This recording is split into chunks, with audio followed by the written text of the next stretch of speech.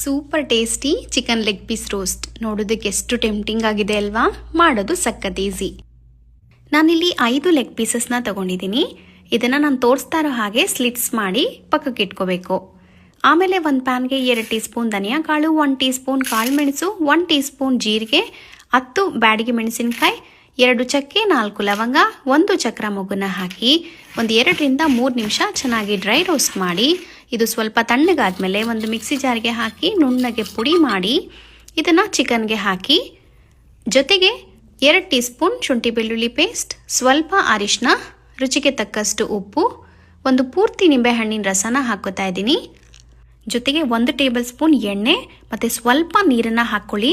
ಈ ಮಸಾಲೆ ಎಲ್ಲ ಕೋಟ್ ಮಾಡೋದಕ್ಕೆ ಎಷ್ಟು ಅವಶ್ಯಕತೆ ಇದೆಯೋ ಅಷ್ಟನ್ನು ಮಾತ್ರ ನೀರನ್ನು ಹಾಕಿ ಚೆನ್ನಾಗಿ ಮಿಕ್ಸ್ ಮಾಡಿ ಒಂದು ಅರ್ಧ ಗಂಟೆ ಚೆನ್ನಾಗಿ ಮ್ಯಾರಿನೇಟ್ ಆಗೋದಕ್ಕೆ ಬಿಡಬೇಕು.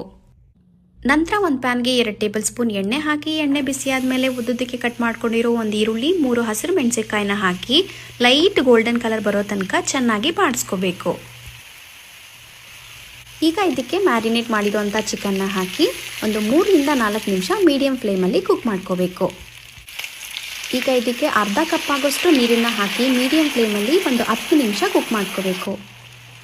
10 ನಿಮಿಷ ಆದಮೇಲೆ ನೋಡಿ ಈ ಥರ ಎಣ್ಣೆ ಎಲ್ಲ ಬಿಡೋಕ್ಕೆ ಸ್ಟಾರ್ಟ್ ಆಗುತ್ತೆ. ಆಗ ಫ್ಲೇಮ್ನ ಲೋ ಟು ಮೀಡಿಯಮಲ್ಲಿ ಇಟ್ಟು ಮತ್ತೆ 10 ರಿಂದ 15 ನಿಮಿಷ ಕುಕ್ ಮಾಡ್ಕೋಬೇಕು. ಆಗಾಗ ತಿರುಗಿಸ್ಕೊಳ್ತಾ ಇರಿ.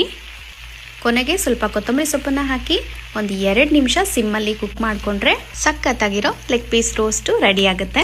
ಇದು ಜೀರಾ ರೈಸ್ ಅಥವಾ ಗೀ ರೈಸ್ ಜೊತೆಗೆ ಸೂಪರ್ ಕಾಂಬಿನೇಷನ್ ಅಂತಲೇ ಹೇಳ್ಬೋದು.